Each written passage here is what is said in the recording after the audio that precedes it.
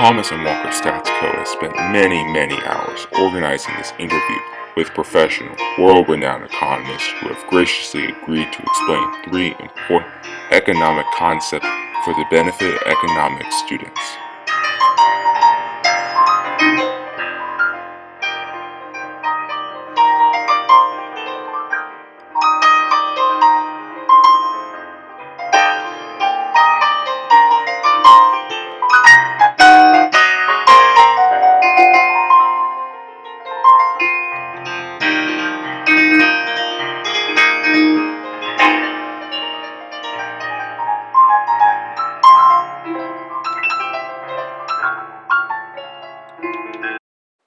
Incentives. Incentives are the foundation of what occurs in economic trade. They are the motivations that cause people to do anything. They determine what people do and why they do it. Let's say you wanted to buy a tractor, but it cost $15,000. You want this tractor to decrease your time mowing the lawn. However, your parents are not willing to buy that for you. This gives you an incentive to get a job. Even though the job might be difficult, or you think your employer doesn't pay you enough, buying the tractor motivates you to keep pushing through. When making this money though, it is often tempting to use the money you've already saved to buy other things. But the goal of buying the tractor is an incentive to save the money instead of spending it on less important things. Politicians change their goals in their political careers to give to people an incentive to vote them. If a man is running for office, he claims that he will help save the environment. Naturalists and environmentalists will help vote for him. On the other hand, if someone says he's going to declare war on the world and is going to blow up Russia, just like I would do, that gives people less of an incentive to vote for him. In a market environment, prices are one of the most influential incentives that motivate buyers and sellers. So much so they have been called the invisible hand that governs what people buy or sell. If the price is low, the customers will have an incentive to buy it. It also works in the contrary. If the price is too high, people will have less of an incentive to buy those items. We will talk more about this when we discuss supply and demand in a later clip. Often sellers manipulate prices to give people motivation to buy what the sellers want them to buy. If they want to get something off the shelves, they will put those items on sale or advertise, buy one get one free, or other similar offers. Because the items are cheaper, the customer has more of an incentive to buy those items. Many people associate providing motivation with bribing. Both are types of incentives, but are very different. It's not the reason either to motivate or bribe. Bribing has a more sinister root. It is often used to make a person go against his or her own will to serve some nefarious purpose. But providing motivation is a way to encourage the right thing to be done, or to do what needs to be done. Let's give an example. In this court case, a farmer is testifying about the case. He believes the defendant is innocent based on what he has witnessed. As the defendant's lawyer questions him, he testifies truthfully. However, the prosecuting attorney does not like this. He wants the defendant to be convicted guilty, whether it's true or not.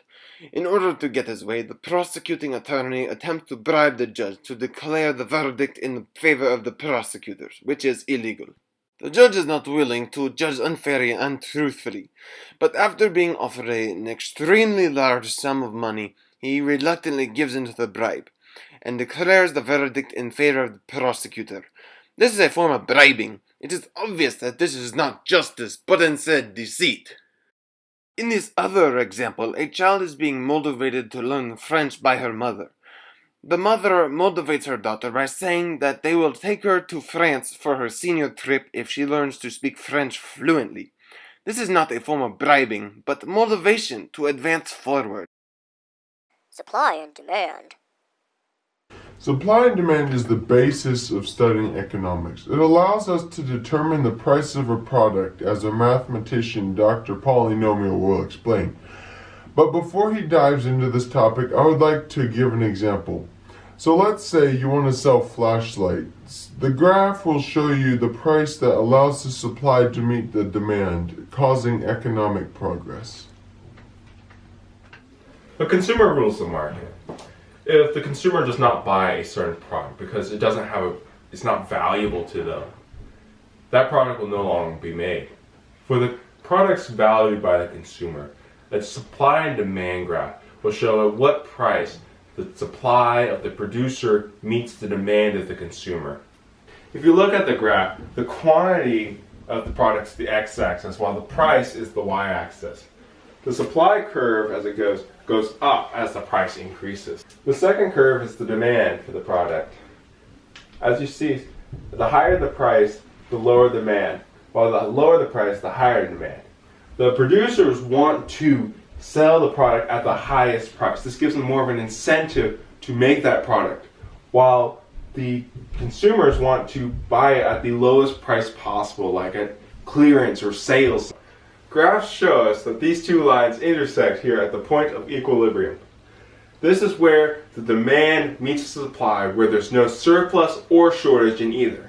There's an extremely useful way of finding this point using simultaneous equations that allows us to... Wait. We don't need to get into this. This is economics, not math.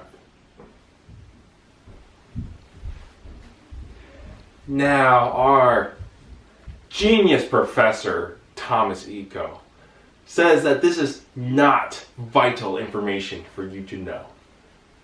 I do not have any agreement with him in any way in this topic. However, I must teach what's vitally important to get my paycheck.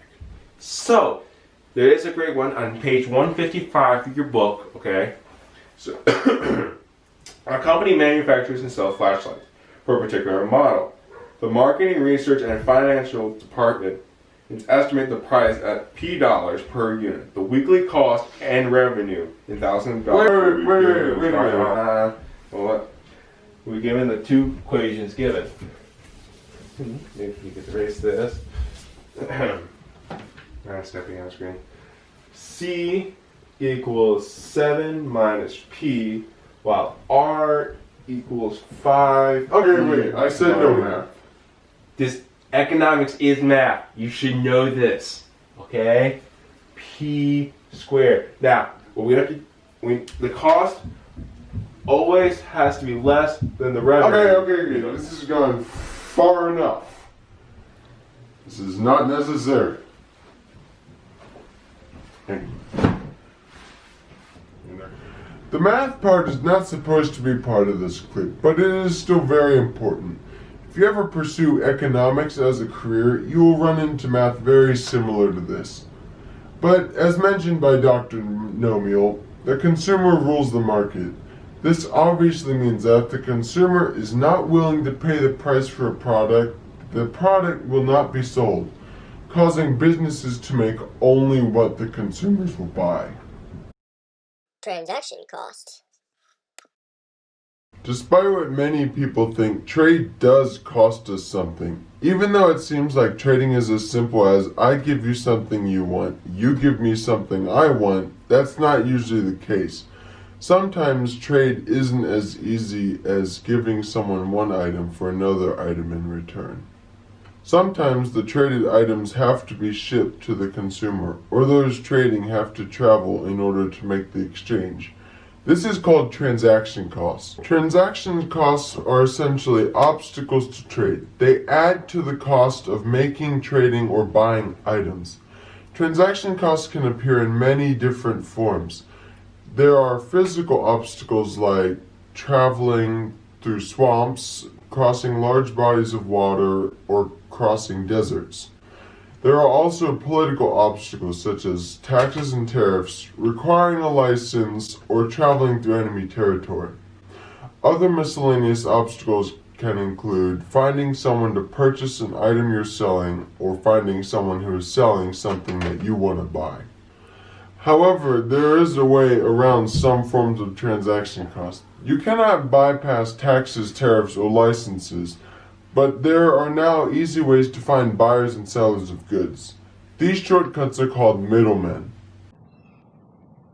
Wait, I'm a middleman?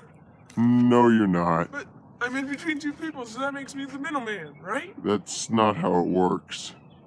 Isn't? Nope. Middlemen are people, businesses, and programs that help reduce transaction costs. eBay and Craigslist act as middlemen by helping you easily find someone selling a good that you want or to sell things yourself. Grocery stores act as middlemen by helping you make dinner.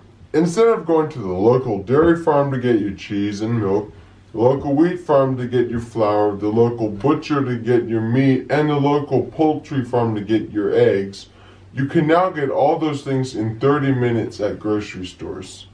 I think much of today's technology, whether intentionally or not, is meant to reduce transaction costs. It allows us to do things quickly and more efficiently. For example, cars. We can now travel hundreds of miles in mere hours or days, where it used to take weeks, months, and sometimes years to travel those same distances in horseback carriages or boats. The next step beyond cars is air travel. In airplanes, we can travel even greater distances in smaller periods of time than with cars. Also, when you used to have to go to the bank to deposit checks, now you can use your iPhone, take a picture of the check, and it will automatically be added to your account. Avoiding and eliminating transaction costs, I think, is why countries thrive so much. By going to grocery stores, which act as middlemen to reduce transaction costs, we can quickly purchase a week's worth of food or a couple days' worth of food and use the time that we would have otherwise used maybe every day gathering different products from other farms to do more productive things that could consequently help grow the economy. Sometimes governments use methods of increasing transaction costs to their advantage, which is not always a good thing.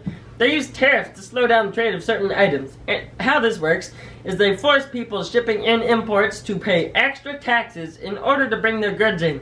This often discourages countries from shipping in goods that have tariffs on them, which is sometimes the goal of the countries imposing tariffs. Now, the reason I would want to do this is so that they can theoretically make more jobs for their own people. I mean, think about it. If we stop importing clothes from other countries, we can make factories here in America, thus giving more jobs to us Americans, which is good, right?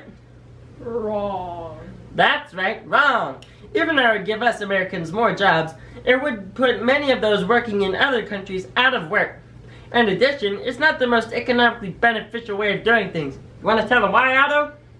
Jingle bells. Wait, no, we're supposed to be talking about economics, not singing Christmas carols. No, Otto, stop it. Stop, no. That's enough. Goodbye. Hey, The reason imposing tariffs is not the most beneficial path to take is what we call comparative advantage. How this works is one country specializes in one thing, and another country specializes in another thing. Instead of making both items for themselves, these countries can make what they specialize in, and with the help of other countries, they can have each item, though each country only had to make the item they were capable of making. When we cut off trade by imposing tariffs, we are cutting off a more efficient source of goods that we value and replacing it with a more expensive source of the same good. This is why the government needs to be aware of the long-term consequences of their action that increase the transaction costs of trade. Hi, I'm Ralphie Thomas. And I'm Monty G. Walker. I want to thank all the economists who participated in these interviews. Economics is a dense and difficult subject to study. We hope this video has been informative for those students who are taking economics. There are many different parts and subtopics that are involved in learning economics, but we didn't have time to discuss it. But this is basically economics in a nutshell.